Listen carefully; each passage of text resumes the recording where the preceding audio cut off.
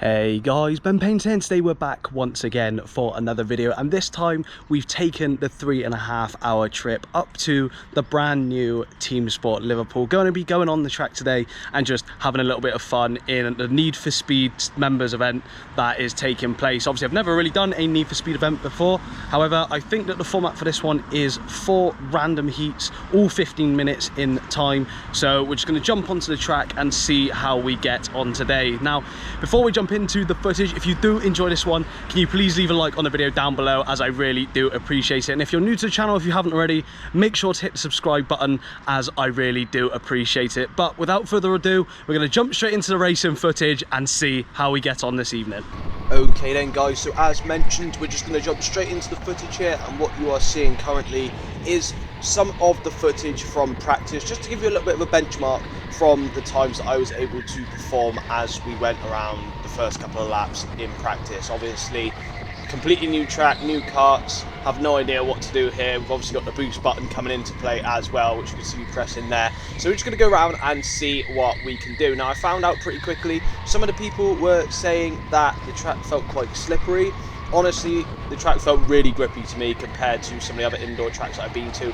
A lot of very easy access to put the power down quite early, and you can see that on this first lap that we've just come across the line with a 32.742, which is obviously not the quickest lap times at the moment. Some of the quickest lap times at the moment are in the high 30 second lap times at the time of recording, and you will see later the fastest lap of the evening, which was actually not courtesy of myself, so stay tuned for that later in the video. As you can see, we're coming down the ramp once again, trying to carry as much speed as we can going into the last corner here. Obviously this is a very important corner to try and preserve momentum, because this then leads down to the start finish straight. Now I have used the yellow line on the floor as the timing line. I don't think that is the timing line, but that's just where I'm going to base my lap times off, and the timer seems to match up pretty well too. So trying to turn the kart in quite early before coming up the ramp, as obviously you don't want to lose any time coming up the ramp. The more that you take that corner slowly or wrong, the more the kart bogs down, and it's just a bit of a struggle to get up the ramp. Again, coming back down the ramp and throwing the kart into the last couple of corners, just trying to just get in there as quickly as possible. We come across the line there, 32.215, and with that we're going to jump into some racing footage. Now the layout for this evening was in fact sort of your average lap time from practice, then determine the grid position for this first race. This then led on to the results from the first race reversed. There were then the grid slots for the second race. So as you can see, we did start in 9th position, making our way up very quickly into 8th before there was a bit of a spin behind us. So we had a few yellow flags here, stuck up behind one of the other drivers, and I decided to almost back off a little bit under the yellow flags, just to give myself a bit more time to learn the track without having to fully battle in with someone. So again, you see not quite touching the apex there on the inside, and we are now going to come around for our first recorded lap, obviously just due to starting ahead of the yellow line. So trying to take the first couple of corners nice and tight to the apexes. You want to almost double apex that corner, go back to the middle of the track, then drift back wide, because if you drift up too wide, you end up clipping the barrier on the right before coming up the ramp, and that then leaves you just losing momentum going into that corner. So again, you can see we're just trying to double apex this top section of the track there once again, and using the boost coming down the ramp allows us to have a very nice run coming onto the other driver that was in front of us. So we're able to now move our way up into 7th position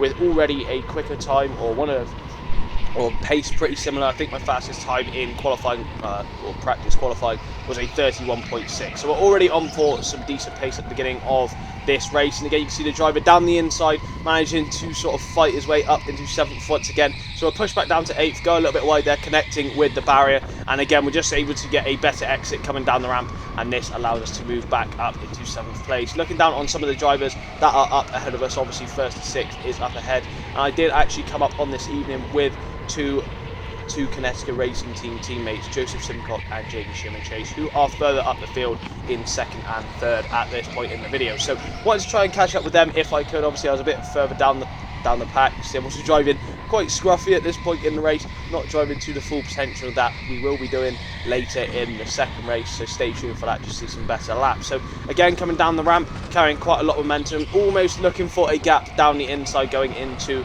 the double corner, which is the last corner of the lap, and we come across the line once again at 32.296, just stuck sort of in this mid-pack battle at the moment. just not really able to close up close enough to make an overtake, but also just not really getting pressured from the driver behind either, or being able to make a bit of a gap once again. Now, all of this top section was completely flat out. Really enjoyed this part of the track.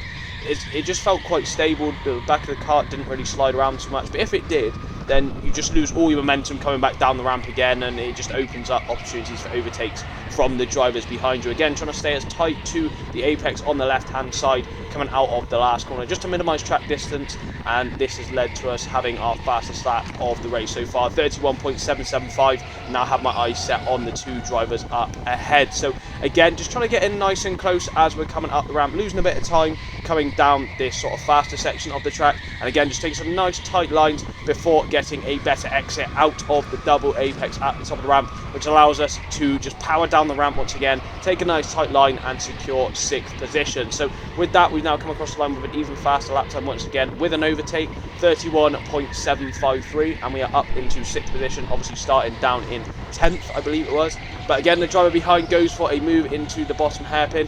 Hopefully we're able to hang it around the outside. Luckily we just squeezed them out there, looking over our shoulder. So trying to stay nice and tight, nice and safe, just to ensure that we preserve the position. And again, just trying to power down the ramp to try and catch up with George Sherlock, who is up ahead of us in 5th position. So just trying to conserve as much momentum coming out of that last corner as possible is really the key for that last corner. So almost minimal braking going into that corner and just swinging the car out quite wide.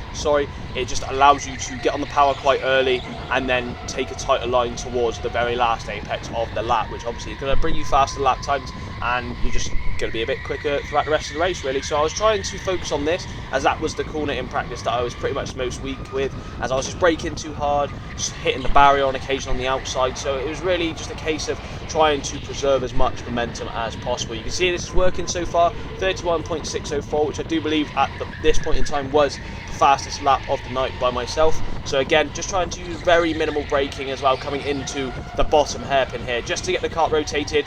And you can see how much time we do lose coming up the ramp just due to the boost usage. And again, as we're coming back down the ramp, decide to deploy it again, and this gives us a really good run coming back down the ramp to close up to George, who's up ahead of us. And again, just trying to take some tight lines as I mentioned, and this allows us to pretty much sail down the inside without using any boost up the inside, up into 5th place, and quite frankly that's where we ended the race. So we're going to jump into some footage from Joseph Simcox, and thank you very much to him.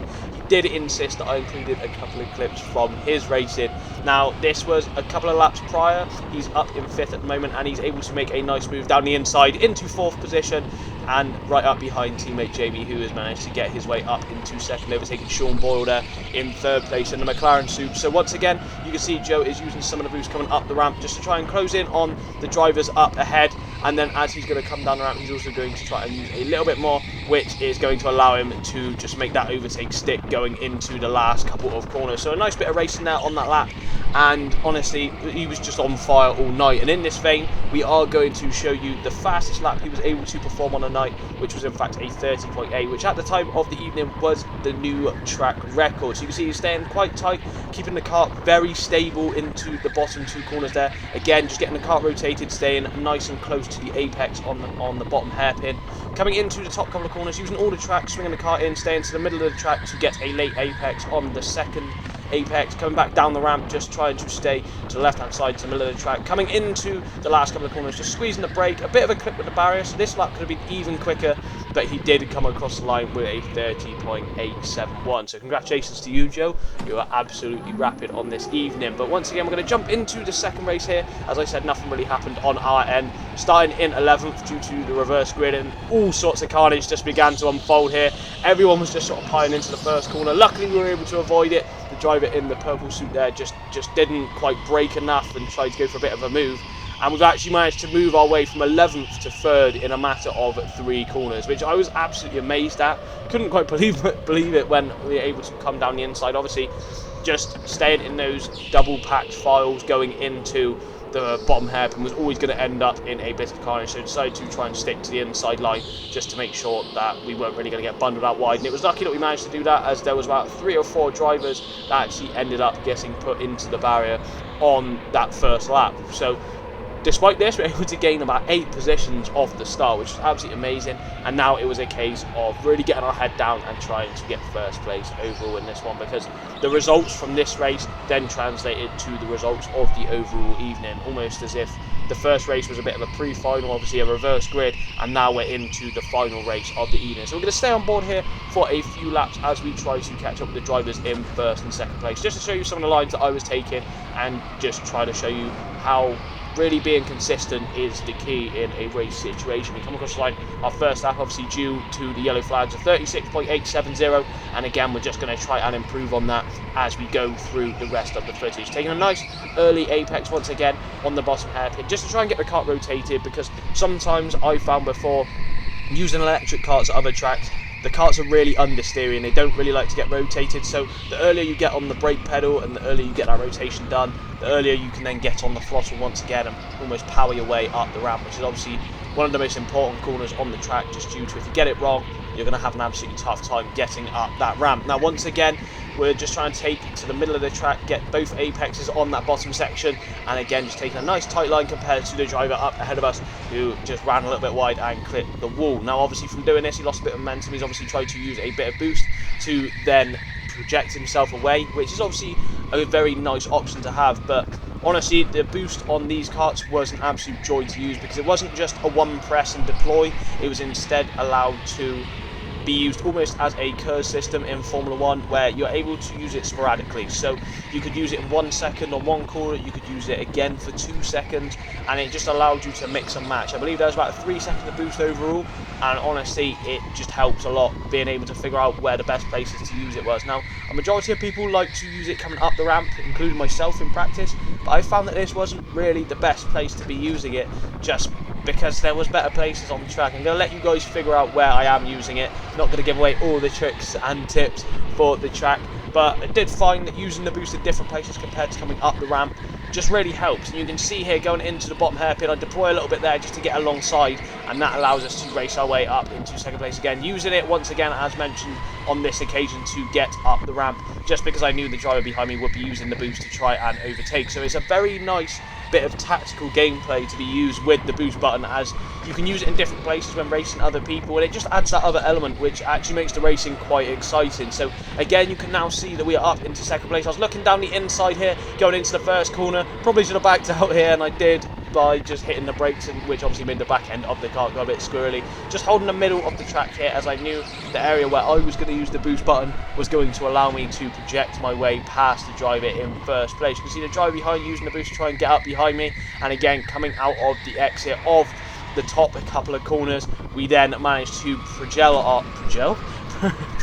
way down the ramp up into first place, which is where we actually managed to stay for a large majority of the race. So just because the racing was a bit boring, I just wanted to show you some of the quicker lap times that we were able to perform before Joseph Simcock was able to just come flying up behind us, as he was on some absolutely demonic pace throughout the rest of this whole event. So we come across the line here, our fastest lap so far at 32.223, and we're currently averaging around a mid 31 second lap time. So what you're watching now is my fastest lap at this point in the race. I believe that this was a 31.1 second lap time. You can see me looking over my shoulder quite a few times. I could see Joe with every lap was closing in on me, and I knew that he was going to honestly have the pace before the end of the race to be able to overtake me. So I was just trying to stay as consistent and clean as I could, coming around each of the corners. And again, you can see what I mentioned by just trying to stay as tight to the barriers as possible, and we come across the line on this lap with a 31.151 second lap time, which was in no means a slow lap time,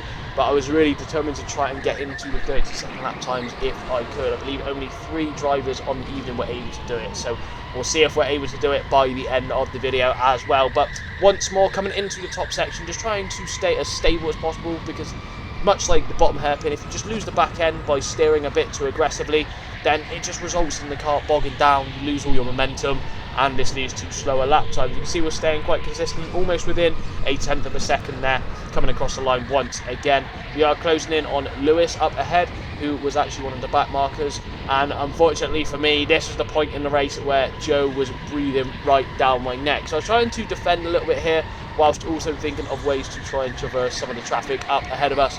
But obviously I knew that Joe, being lighter and a bit quicker than me, he was going to be able to make a move stick pretty easily. So again, just trying to take nice tight lines here, coming around the top section of the lap. Obviously me and Joe were pretty much boosting in the same places as well, so there wasn't really going to be any sort of overlap there. But coming out of the last corner, just leave the door open a little bit to the inside, and this allows Joe to slide past us going into the first couple of corners. So I was determined at this point to try and close him back down, try and follow some of his lines, and maybe even get a quicker lap time that would lead us into the 30-second lap times. Obviously, as I mentioned, our fastest lap time so far, 31.151, and we're hoping to try and shave that tenth off just by following Joe's lines, as he was getting some, I think he was getting high 30-second lap times for a majority of the event. So I was hoping that if I could follow some of his lines, try and get on the pace, I'd be able to sort of make myself a little bit quicker by having that reference in front of me, because for the whole evening, I hadn't really had that much of a reference. Obviously being out in first place, it was more a case of just pick up and go. So again, you can see here, just trying to tag up behind him. Obviously the weight's disadvantage here, which we love as an excuse, does come into play here going up the ramp, as both of us aren't using the boost coming up the ramp, and you can see the gap he's pulling. But again, we're just trying to use it coming back down the ramp to try and close back in on him, taking some nice lines here, but just turning a little bit too aggressively. That causes us to slow down a bit, and we come across the line with a 31.356. Again, just trying to stay as tight to each of the apexes on the bottom section of the track as possible, maybe staying a little bit too tight from watching this back, as I was just trying to turn a bit too aggressively, and as I mentioned before many times, it just kills the momentum of the kart.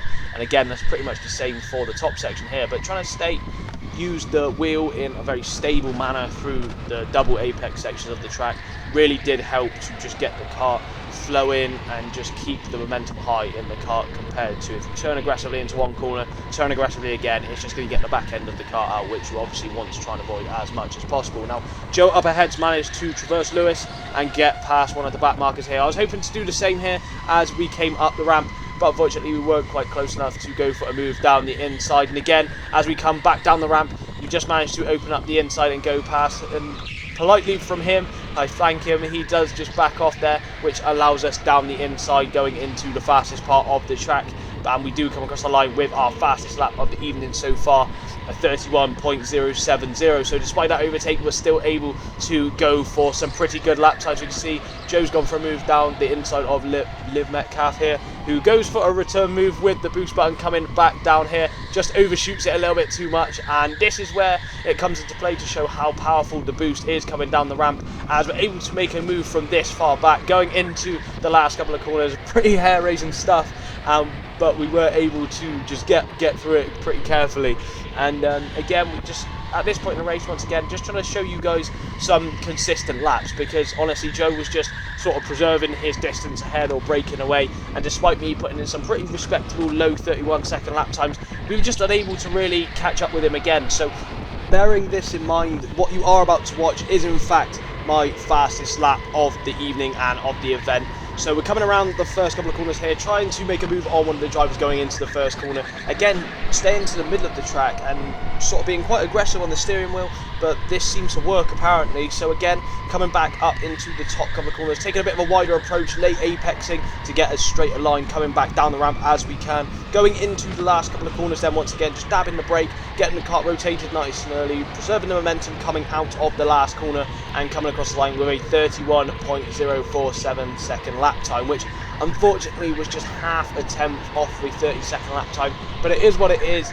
And honestly, I was still really happy with this. I believe it's the fourth fastest time on the evening out of all the other drivers on track as well. But with this bearing in mind, we are actually, well, what you're about to watch is just a group of 4 or 5 laps that are just consistently within 1.5 tenths of each other. I was really happy with this consistent pace. I felt that I was beginning to click with the track, was just trying to be as smooth and as simple as possible going around each of the corners, and it just helps a lot just to try and not lose too much time to Joe, who's, you can see now already, is just sort of waltzing off into the distance. But we also have Jamie Sherman Chase behind us in third place, who's no slouch, obviously him being a second place BIKC lightweight. Well, he came second overall in lightweights in the BIKC last year, and honestly he's no slouch on the track as well, and I knew that he was going to come racing up behind us once again. You can see him there on the left hand side trying to get through some of the traffic. We come across the line once more, a 31.101 second lap time. So as I mentioned, just trying to stay as consistent as possible, just trying to preserve as much momentum through each of the corners, and it just was working quite well. Obviously at the time I was thinking that I was quite slow just due to Joe bolting off into the distance, but actually my fastest lap time was only 2/10 slower than his fastest lap time throughout the whole event. So honestly, we were able to keep pace with him, and he was absolutely on fire. So genuinely couldn't be happier. This track felt incredible.